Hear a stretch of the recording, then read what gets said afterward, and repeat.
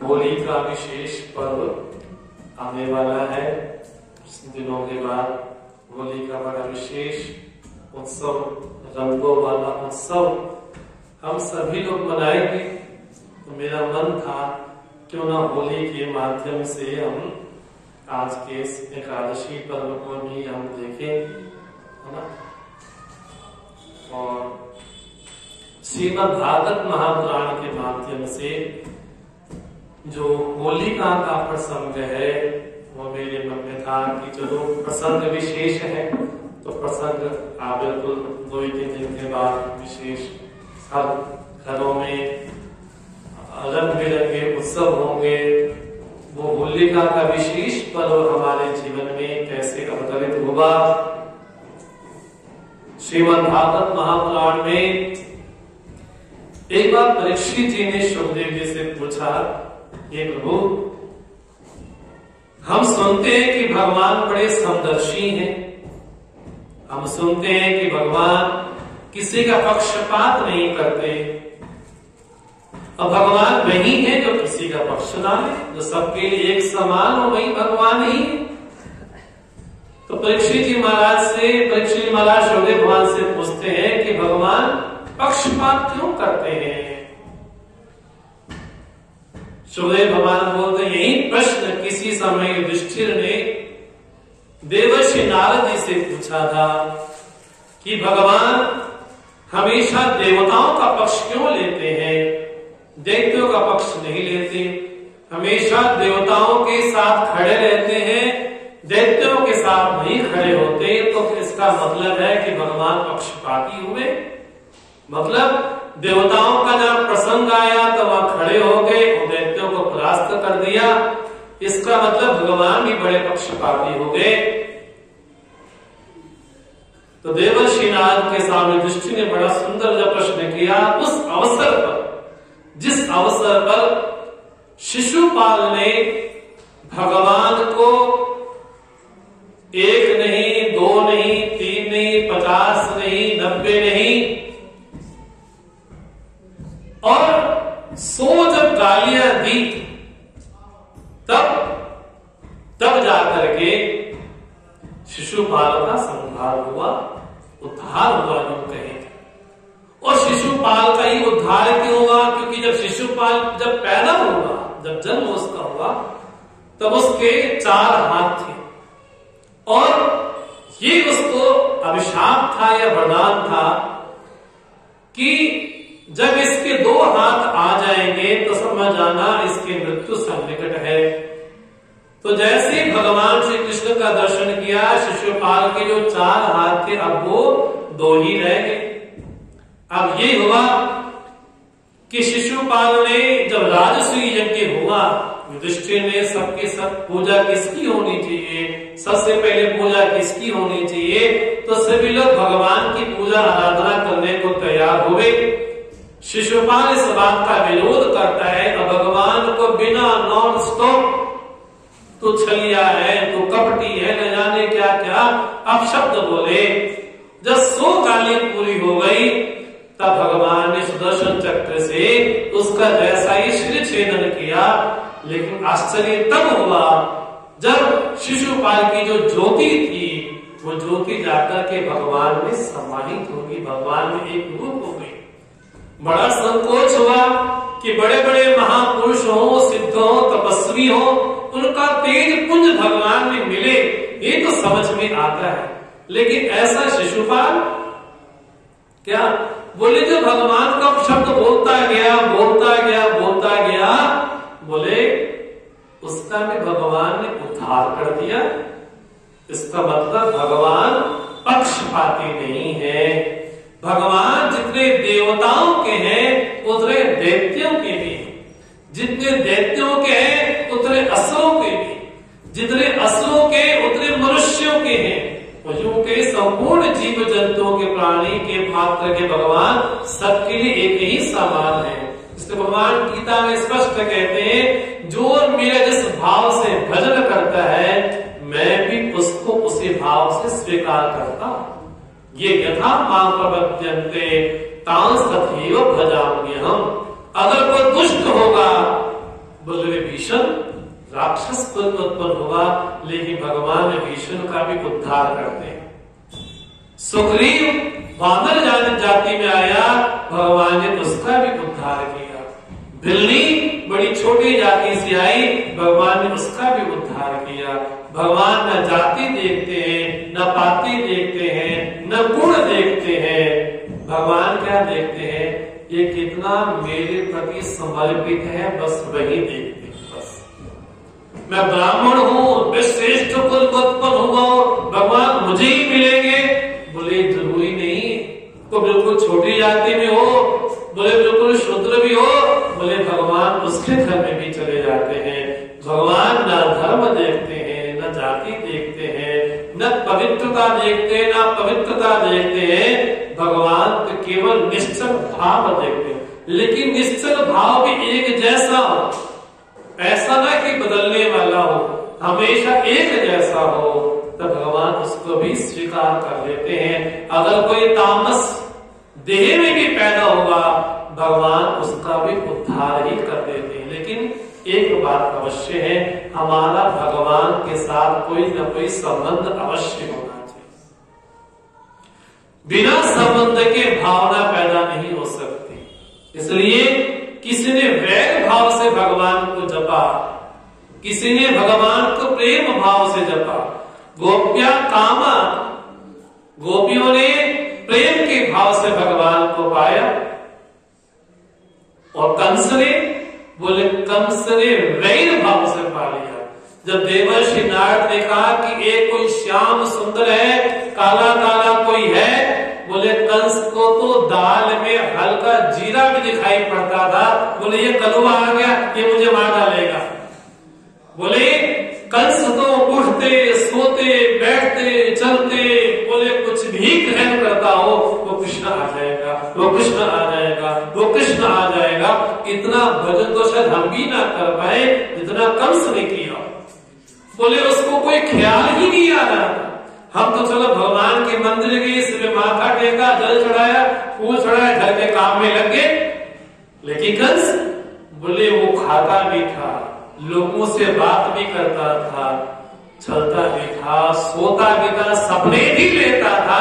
तभी उसके मन में आता था वो कृष्ण आ जाए, वो कृष्ण आ जाए, वो कृष्ण आ जाए, वो कृष्ण आ जाए।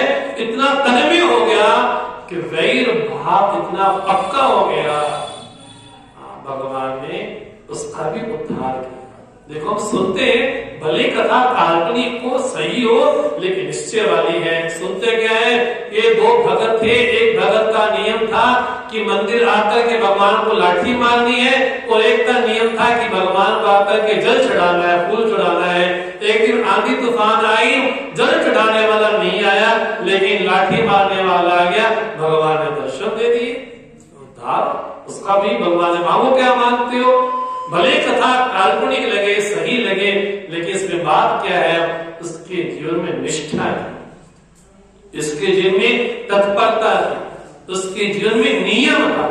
और हम आज कुछ, कल कुछ, परसों कुछ, बोले इसको बोलते बिन पैंती का लोटा। आज कुछ हो गया, कल कुछ और गया, कल कुछ और हो गया। कंस ने भगवान को भी पाया,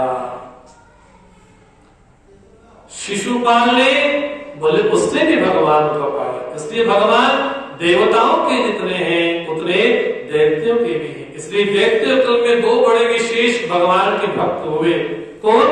बलि और प्रहलाद। दोनों दैत्य कुल में, इनके पिता बिल्कुल राक्षस है, असुर है, लेकिन उनकी संतान कैसी है? बोले संतान तो कैसी है? बिल्कुल परम भागवत है। तब प्रहलाद का जन्म हुआ किनके वहां? बोले हिरण्यकश्यप के वहां भगवान के परम भक्त प्रहलाद का जन्म हुआ। अब देखो भगवान के दो पार्षद हैं, जय और विजय। एक बार सनत, संदत, सनत कुमार, चार जो भाई हैं, जिनकी उम्र हमेशा एक जैसी रहती है और बिल्कुल नन्हे से बालक रहते हैं, दिगंबर रहते हैं। एक कथा करने बैठता है और तीन बैठ के सुनते हैं, उनका एक ही नियम है। अब भगवान के वैकुंठ में गए, भगवान के दर्शन करने को जैसे ही गए, रास्ता रोक दिया, नो एंट्री, अभी रुक जाओ, शाम को आना। सनकादिक को लगा कि तुम यहाँ रहते हो लेकिन तुम्हारा भाव बड़ा असुरों वाला है, जाओ तुम जाकर के असुर हो जाओ। रह गए देवताओं के बीच में हो लेकिन बुद्धि कैसी, हम परम सन्यासी परम दिगंबर और तुम हमारी उपेक्षा करते, हमारी अवहेलना करते हो, जाओ तुम जाकर के असुर हो जाओ। भगवान भी आए, उनसे प्रार्थना की, अगर मेरे भक्तों से कुछ अपराध हुआ है उसका दंड मुझे भी मिलना चाहिए, क्योंकि संतान वही काम करती है जैसा उनकी माता पिता काम करते हैं। जितना दंडित पुत्र होगा उससे कहीं ज्यादा दंडित उसके माता पिता भी होंगे।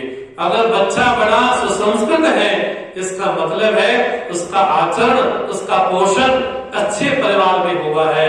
अगर बच्चा कहीं खराब है तो समझना चाहिए उसका पालन पोषण अच्छे परिवार में नहीं हुआ। बच्चे स्कूल में मुश्किल से 4 या 5 घंटे रहेंगे, 6 घंटे रहेंगे, बहुत ज्यादा हो गए तो, लेकिन सारा दिन कहाँ रहेंगे? सारा दिन तो घर में रहेंगे ना। तो घर में जो जैसा आचरण माता करेंगी, पिता करेंगे, अगर पिता अपनी दादी से जैसा आचरण करेंगे तो संतान भी अपने पिता को देख करके हाँ जी वही सीखेगी, वैसा ही आचरण वो करेगी। और अगर संतान सुसंस्कृत है तो समझना चाहिए उसके जीवन में पूर्व के कर्म ही दोनों चीजें, ऐसा नहीं मानना चाहिए जैसे फिल्मों में सुनते हैं कि एक माँ के 2 बेटे, एक पुलिस में तो एक डाकू बन गया। बोले ये क्या है? बोले खाली माँ के सुसंस्कृत होने साथ साथ उसके जीवन के जो पूर्व के कर्म हैं वो भी साथ साथ चलते हैं। दोनों चीजें बोले साथ ही साथ चलती है। तो भगवान के बड़े प्यारे भक्त हुए बलि और प्रहलाद, और इनके पिता का नाम है हिरण्यकश्यप, जो पूर्व में जय विजय बने। तो सनकादिक ऋषियों ने शाप दिया, तब भगवान ही वराह रूप में आए, भगवान ही नृसिंह रूप में आए, भगवान राम रूप में आए, भगवान कृष्ण रूप में आए। देखो भगवान की अवहेलना तो जय विजय ने तो पहली अवहेलना लक्ष्मी माता की कर दी थी। एक बार क्या भगवान अपने कक्ष में विराजमान है और लक्ष्मी जी आई, जय विजय ने रास्ता रोक दिया, बोले हमारे स्वामी विश्राम में है। लक्ष्मी जी चिढ़ गई कि मैं तो घर की स्वामिनी, तुम मेरा रास्ता रोक दे रहे हो। भगवान के पास अगर निकालो तो यहाँ से अभी निकाल दो। बोले अभी निकालूंगा तो लोग कहेंगे कि जोरू का गुलाम है कि जैसा का वैसा कर दिया। समय आने दो तो प्रसंग आएगा तो कोई निमित्त बनाएंगे, मुझे भी बहुत समय हो गया है, कुछ अपनी लीला करके आते हैं। तो भगवान ने निमित्त बनाया सनकादिक ऋषियों को, उनके मुख से भगवान ने शाप दिलवाया ताकि उनमें जो वैर बुद्धि के जो भाव था, असुर बुद्धि थी, वो जाकर के वो असुर बने। वहीं जय विजय आगे जाकर के हिरण्याक्ष बने, हिरण्यकश्यप। जब हिरण्याक्ष बने जय विजय हिरण्यकश्यप बने, तब क्या हिरण्याक्ष ने बोले जो पृथ्वी थी उसको कहीं रसातल में लाकर चले गए। तो भगवान ने अवतार लिया वराह, वराह अवतार लेकर के भगवान ने उस पृथ्वी को यथा स्थान रखवाया और उस हिरण्याक्ष का भगवान ने उद्धार भी किया। तो हिरण्यकश्यप को लगा कि मेरे भाई के साथ वैसा वैसा आचरण किया है, मैं भी इसका बदला अवश्य लूंगा। तो हिरण्यकश्यप ने बड़ी कठोर तपस्या। कैसी तपस्या? बोले एक टांग पे खड़े होकर के दोनों हाथों को ऊपर कर करके बड़ी कठिन तपस्या की। उसकी पूरे शरीर में मानो कि दीमक से लग गए। अब देखो ऐसी तपस्या भी असुर करते थे और ऐसी तपस्या तो महात्मा भी करते, लेकिन दोनों की तपस्या में बड़ा फर्क है। एक तपस्या कर रहा है भगवान के दर्शन हो जाए, एक तपस्या किसी लिए कर रहा है। हिरण्यकश्यप ने बड़ी भयंकर तपस्या की, ऐसी तपस्या की कि ब्रह्मा जी को आना पड़ा और क्या वरदान मांगा कि मैं अमर हो जाऊं। तो ब्रह्मा जी ने कहा कि ऐसा ऑप्शन तो मेरे पास भी नहीं है। बोले अच्छा, ले काम करो, क्या ऐसा बल मुझे दो, क्या बल, न दिन में मरो, न रात में मरो, न बाहर मरो, न भीतर मरो, न अस्त्र से मरो, न शस्त्र से मरो, हाँ जी, न मनुष्य से मरो, न पशु से मरो। यहाँ तक कि बड़ी चालाक बुद्धि लगाई, साल के 12 महीने होते हैं, बोले 12 महीने में किसी महीने में ना मरो।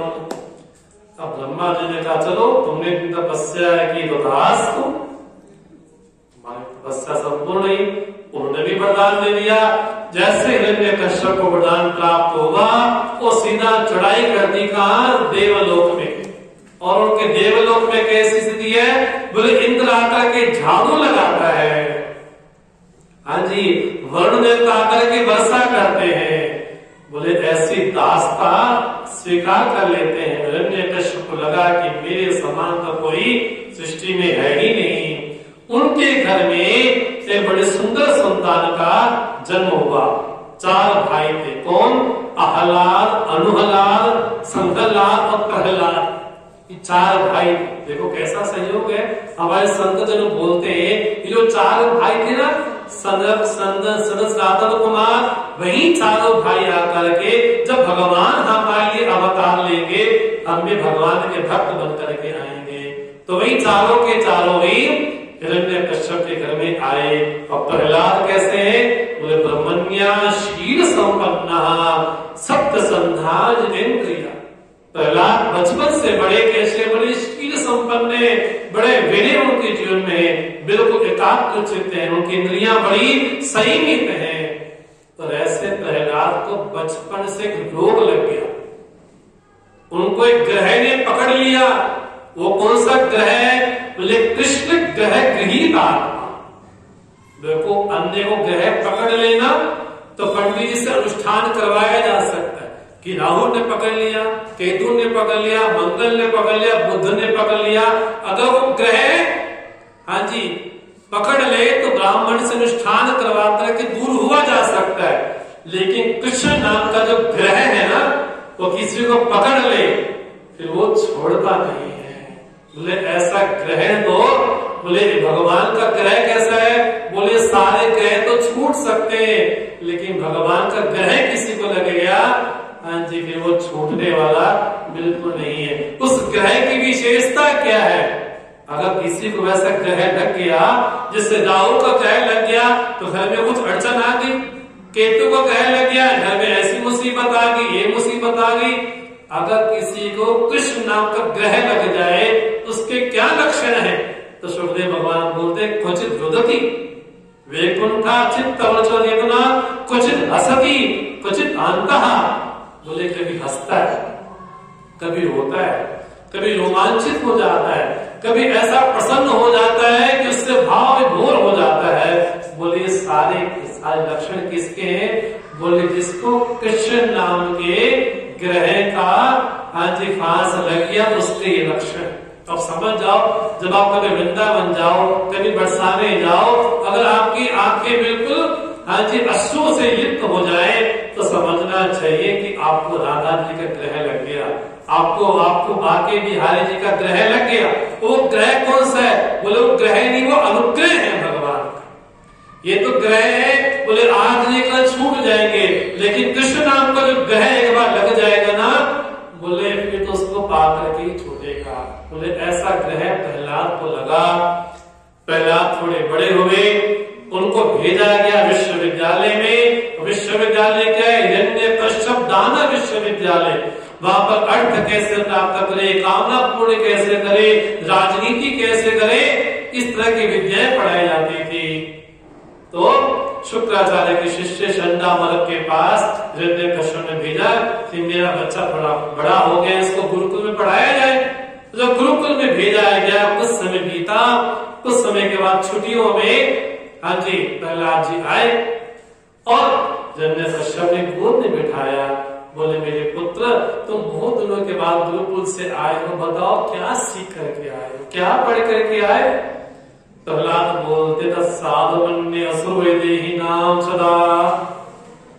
हे असुर में परम श्रेष्ठ, क्या हित्वा पातम गृहमंत कूपम मनन ततो। यद हरि आश्रय। बोले अंधकूप में जितने लोग पड़े हुए ना, बोले सारा का सारा संसार अंधकूप में गिरा पड़ा। देखो कुएं में को गिर जाए तो चिल्ला करके किसी को बुलाया जा सकता है कि मुझे बचाओ बचाओ, लेकिन ऐसा अंधकूप जिसके आसपास बियाबान जंगल हो, जहां को आता न जाता हो, उसको बोलते अंधकूप। प्रहलाद बोलते हैं हम सभी लोग अपने जीवन में अंधकूप में गिरे पड़े, बिल्कुल गिरे पड़े, तो क्या करें? वनम गतो, वन जाकर के अर्थात वृंदावन जाकर के क्या करें? हरि आश्रय, हरि का ही भजन हमको करना चाहिए।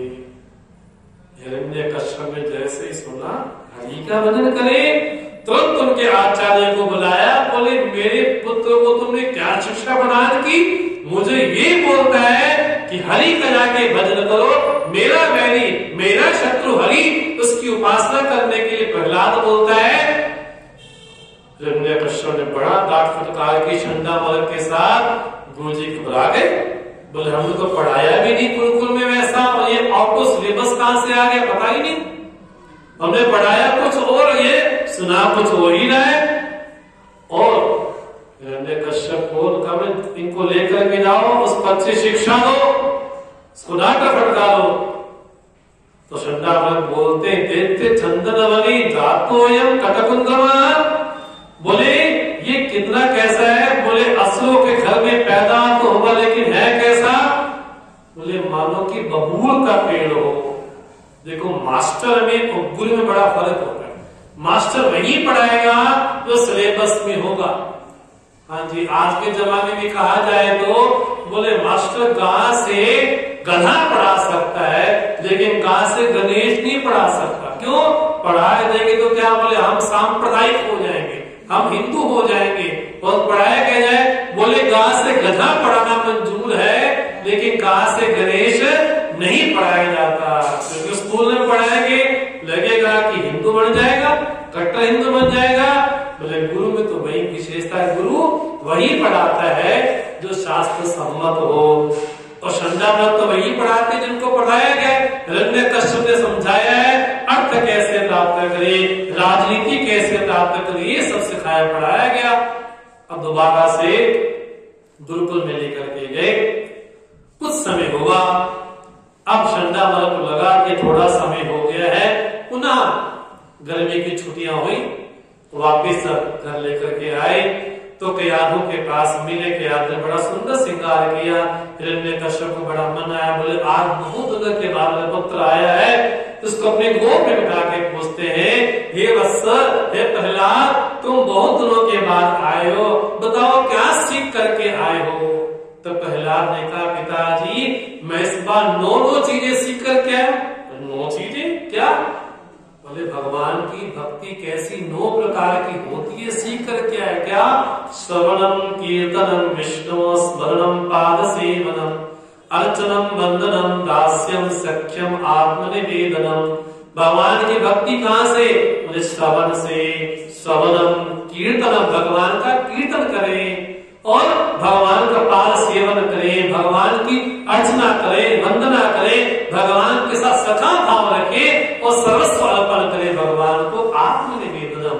रामायण की नवदा भक्ति अलग है। जब भगवान ने शबरी को पहली भक्ति बतलाई, प्रथम भगति संतन कर संगा, तो प्रहलाद ने भक्ति कौन सी बतलाई? श्रवणम कीर्तनम विष्णु, भगवान की कथाओं का श्रवण करना, कीर्तन करना, ये जब सिखाया गया, बताया गया। हिरण्यकश्यप ने जैसे ही सुना कि भगवान की भक्ति ऐसी करनी चाहिए, बड़ा क्रुद्ध हो जाता है और छंडामर्ग को डांट के बोलते तुमने क्या सिखाया मेरे पुत्र को, क्या पढ़ाया? तो छंडामर्ग बोलते हैं नम प्रणीतम न प्रप्रणीतम सदोपदत्तीश। ये आपका जो बेटा है ना, ये हमारा पढ़ाया हुआ नहीं है, हमने पढ़ाया भी नहीं है। बोले इसकी मति कैसी बन गई? बोले नैसर्गिक मति यस्य राजन, इसकी मति तो नैसर्गिक ही ऐसी ही है। पिता बड़े क्रुद्ध हो, बोले इसको मार दो, बस कैसे भी मत इसको मरवा दो। क्या? बोले पहाड़ों से नीचे पीछे धक्का दे दिया, हाथियों से कुचलवा दिया। बोले बड़े विषय जो सर्प है उससे भी डसवा दिया। बोले कुएं में गिरा दिया। बोले इतना होते होते भी प्रहलाद का कोई बाण की बाला हुआ भी नहीं। अब हिरण्यकश्यप को लगा कि मेरी एक बहन है होलिका, उसको वरदान प्राप्त है कि वो आग में जल नहीं सकती है। तो प्रहलाद को क्या किया, बड़ी सुंदर चिता बनाएगी और होलिका की गोद में प्रहलाद को बिठाया गया, आग लगाएगी। बड़े उत्साहित थे, अब झंझट खत्म हो जाएगा, प्रहलाद मर जाएगा। लेकिन हुआ क्या, कैसी आग लगाई, होलिका का तो पूरा दहन ही हो गया। जब दहन हो गया, प्रहलाद 10 के 10 वैसे बैठे रहे। वहां पर अनेक ऋषि थे, महर्षि थे, देवता थे, भक्त थे। बोले ऐसा कौन सा तब प्रहलाद ने किया कि जला तक नहीं। वो जो लकड़ी की राख बन गई थी, वो राख कैसी थी, आप कभी अग्नि का रंग देखो, अग्नि का रंग कैसा होता है, लाल होता है, गुलाबी होता है, हरा होता है, पीला होता है। उस राख का रंग भी कैसा हो गया, हरा, गुलाबी, लाल, पीला, गुलाल हो गया। तो भक्तों ने कहा कि इस राख में क्या विशेषता है, अपने माथे पे लगा। बोले मेरे माथे पे लगाओ, मेरे माथे पे लगाओ। तो सभी ने वही राख उठा करके एक दूसरे को मलना शुरू कर दिया। बोले तभी से ही ये जो गुलाल लगाते हैं वो कहां से, होलिका का दहन हुआ। उस भक्त की जो भक्ति है, उस भक्ति का ये प्रताप हुआ। हाँ जी, वो राख भी रंग बिरंगी होती चली गई। तो तब से सभी लोगों ने इस होलिका को बड़ा विशेष पर्व मनाया। इसलिए 2 लोग वहां पर थे, एक हिरण्यकश्यप के पार्टी के भी थे। उन्होंने क्या किया, बोले वो गंदे गंदे पानी में उठा करके फेंकना शुरू कर दिया। आज भी 2 तरह की होली दिखाई पड़ेगी आपको, एक तो अच्छी होली, एक बुरी होली। एक गंदे गंदे पानी में फेंकने वाली और एक बिल्कुल रंग बिरंगे मस्त होने वाली। ऐसे भक्त का भी भगवान ने क्या जी कितना पोषण किया। अब लगा किसी बहाने से मर नहीं रहा है। कश्यप को लगता है कि मेरी मृत्यु का कारण यही हो सकता है, मुझे लगता है कि मेरी मृत्यु इसके कारण ही होगी। अब इसको छोड़ दो, जो करता है करे। वापिस गुरुकुल में लेकर करके आए। चंडामर्क बड़े गुस्से हुए, बड़े गुस्से हुए, बड़े गुस्से हुए। तुमने ऐसा क्यों किया, वैसा क्यों किया, कमरे बिल्कुल बांध दी। अब चंडामर्क किसी काम से कहीं बाहर गए। अब उनके बच्चों ने खोला। अरे प्रहलाद, एक बात समझ नहीं आती क्या कि हम दोनों एक गुरुकुल में पढ़ते हैं और तुम्हारी समझ वैसी, तुम्हारी हमारी समझ वैसी। ये क्या जीवन समझ नहीं आया, ये जीवन कैसा जीवन है। हम तो गुरु लोगों से प्रश्न कर नहीं सकते, तुमसे प्रश्न कर लेते। तब प्रहलाद ने बड़ा सुंदर उनको आख्यान बताया, कथाएं बताई। तो मारो आज प्रज्ञा धर्मान भावतानी दुर्लभम मानुषम जन्म तदपि अध्रोपद। बोले हम तो बड़े भाग्य से मनुष्य देह प्राप्त हुई, उसके बाद भी जब हमारा समय आया भगवान के भजन करने का, तब भगवान को भूल करके अन्य कामों में हम लग से गए। बोले हमारा जीवन तो ऐसे ही बना, पशु का जीवन जिया और चले गए। बोले ये कुछ जीवन थोड़ी ना है। तो बच्चों ने पूछा कि तुमको ज्ञान प्राप्त हुआ कहां से। बोले जब मां की कोख में था तो मुझे सारा ज्ञान प्राप्त हुआ। बोले ऐसा कैसे। बोले जब हिरण्यकश्यप तप करने को जा रहा था, तब इंद्र आकर के मेरी मां को ले जाना चाह रहा था। तब देवर्षि नारद वहां पर आए तो कहा कि देवी तो मेरे आश्रम में रहो, जब तक तुम्हारे पति तपस्या करते हैं। तो मैं देवर्षि नारद के आश्रम में मेरी माता जी रही। देवर्षि नारद ने भगवान की जो जो कथाएं की, लीलाएं की, मैं तब मां की कोख में था और मैंने भगवान की सारी कथाओं को सुना, सारी कथाओं को सुना। इसलिए हमारे संकल्प बोलते हैं अगर कोई माता गर्भस्थ हो उसको क्या करना चाहिए। बोले भगवान की दिव्य दिव्य कथाओं को सुनना चाहिए, भगवान की लीलाओं को सुनना चाहिए। क्योंकि जो गर्भ में जीव आ रहा है अभी, उसको वहीं से संस्कार प्राप्त हो जाए।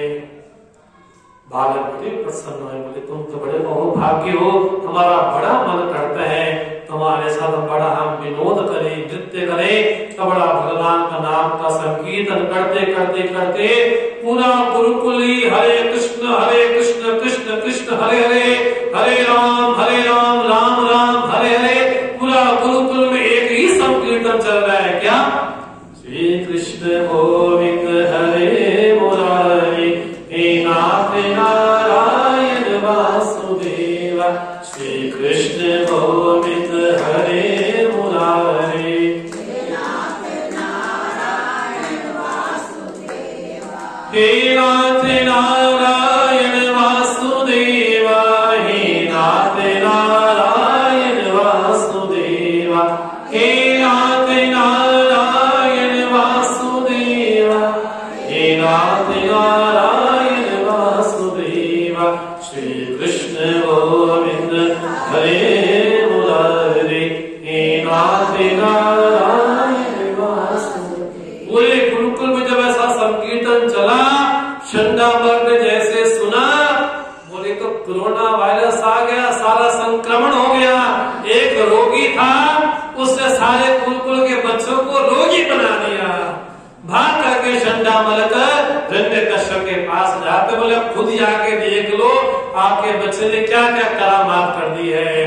वो जैसे हिरण्यकश्यप गुरुकुल में आते हैं, चमू और बिल्कुल हल्ला गुल्ला भगवान का नाम का संकीर्तन हो रहा है। जैसे अट्टहास किया हिरण्यकश्यप ने, जो जैसा था वैसा स्तब्ध हो गया, सबकी सांसें मानो रुक सी गई। प्रहलाद बोलते चिंता क्यों करते, भगवान है ना सबको बचाने वाला वही। हिरण्यकश्यप ने जैसा सुना, हे दुर्वनीत, हे दुर्वनीत, हे कुलभेदी, हे नारद, तो मेरे कुल में मेरे प्रभाव में पैदा हुए हो, तुमने ऐसा दुष्ट कार्य किया है तो मेरे कुल में आकर के, हाँ जी, तो मेरा ही कुल का वैसा करने लगे हो। बड़ा क्रुद्ध होकर के, बड़ा द्वेष भाव होकर के, न जाने क्या क्या प्रहलाद को बोलता है। बता तेरा ईश्वर कहाँ है, बता तेरा हरि कहाँ है, कैसे खम्बे में भी है, पास हो, यदि सहस्रवक्त्र तस्मात् खम्भ दृष्टते, यदि हर जगह है इस खम्बे में भी नहीं है क्या? प्रहलाद है इस खम्बे में भी, बोले अगर कहा है, देखो हिरण्यकश्यप को प्रहलाद की वाणी पे कितना विश्वास होगा। प्रहलाद ने कहा खम्बे में भी है, तो उसकी बात पे यकीन क्या विश्वास किया, और जैसे ही गदा उठाई, वो जैसे खम्बे को जैसे ध्वंस किया मारा, उसी समय खम्बे को फाड़ करके स्वयं नृसिंह भगवान वहां पर प्रकट होते। नृसिंह भगवान की जय। तो ऐसा भगवान का दिव्य रूप है, न नर है, हाँ जी, न पशु है। और कैसे है? बोले उठाया उसको, हिरण्यकश्यप को चौखट में लेकर के आए। हिरण्यकश्यप ने सोचा मैं तो मरने वाला नहीं हूं, मैं तो लड़ूंगा मैं। तो भगवान ने वैसा लड़ा जैसे तो गरुड़ एक सर्प से लड़ता है, वैसा भगवान ने थोड़ा सा, हाँ जी, बचकानी बातें की।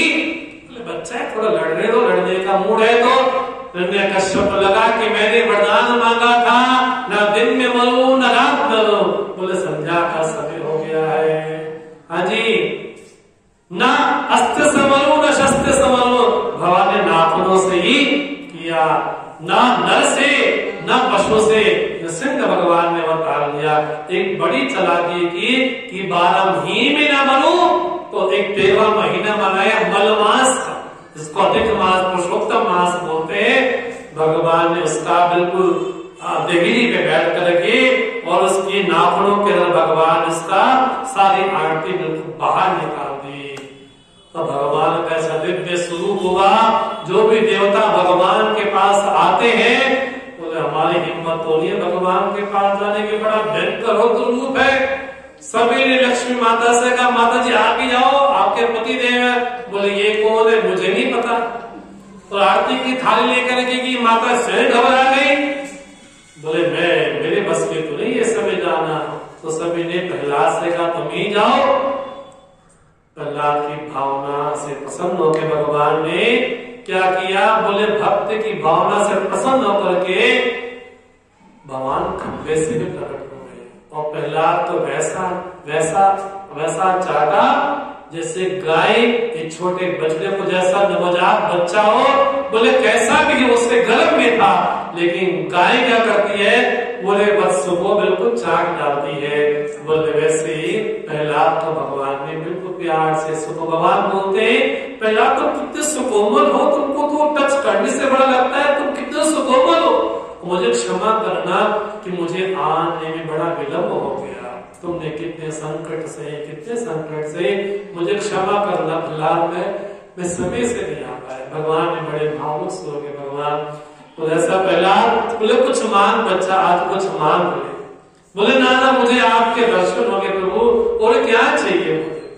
तो प्रहलाद बोलते यदि कुछ देना ही चाहते हो, एक चीज दो, मेरे मन में को कामना ही न कोई कामना पैदा ही ना हो।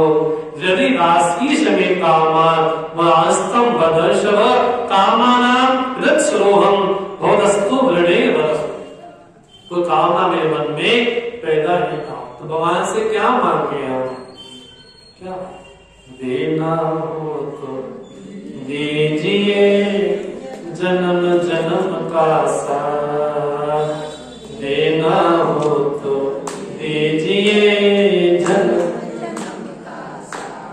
मेरे सिर पर रख बनवारी, मेरे सिर रख बनवारी, अपने दोनों ये हाथ, देना हो तो दीजिए जन्म जन्म का साथ। देने वाले श्याम प्रभु से धन और दौलत क्या मांगे, श्याम प्रभु से मांगे तो फिर नाम और इज्जत क्या मांगे। मेरे जीवन में अब वर दे, मेरे जीवन में अब कर दे तो कृपा की बरसा, देना हो तो दीजिए जन्म जन्म का साथ। शाम तेरे चरणों की धूली धन दौलत से महंगी है, एक नजर कृपा की बाबा नाम इज्जत से महंगी। मेरे दिल की तमन्ना यही है, मेरे दिल की तमन्ना यही है, कर सेवा दिन और रात, देना हो तो दीजिए जन्म जन्म का साथ। सुनाए हमने शरणागत को अपने गले लगाते हो, सुनाए हमने शरणागत को अपने गले लगाते हो। ऐसा हमने क्या मांगा जो देने से घबराते हो, ऐसा हमने क्या मांगा जो देने से घबराते। चाहे जैसे रख बनवारी, चाहे जैसे रख बनवारी, बस होती रहे मुलाकात, देना हो तो दीजिए जन्म जन्म का साथ, देना हो तो दीजिए जन्म जन्म का साथ। भगवान बड़े पसंद है, बोले प्रहलाद अपन एक कल्प तक रहो, एक मनवंतर बैठ करके शासन करो। प्रहलाद बोलते हैं एक चीज तो रहेगी, बोले क्या, बोले मेरे पिता की मृत्यु हुई, उनकी अधोगति ना हो, बस आप इतनी कृपा करना। भगवान बोलते जिसके घर में तुम्हारे जैसा परम भागवत पैदा हुआ हो, उसके घर में ही उसको देख किस पीढ़ी तर जाती है, तुम्हारे पिता का उद्धार तो अवश्य होगा ही होगा। इस तरह से भगवान ने प्रहलाद का भी अपने जीवन में वो स्थान प्राप्त करवाया जो स्थान बहुत बड़े योगियों का बड़ा दर्जा भी है। इस तरह से हम जो होली का पर्व मनाते हैं, त्योहार मनाते हैं, वो त्योहार आज प्रहलाद जी के जीवन से इस तरह से जुड़ा है। भगवान हमारे जीवन में भी भक्ति का रंग प्रदान करे, जैसे नवदा भक्ति है वैसे जो भक्ति के रंग है वो रंग हमारे जीवन में भी आए, ऐसे भगवान से को कामना प्रार्थना करनी चाहिए। श्री कृष्ण गोविंद हरे मुरारे, हे नाथ नारायण वासुदेव। श्री कृष्ण गोविंद हरे मुरारे, हे नाथ नारायण वासुदेव।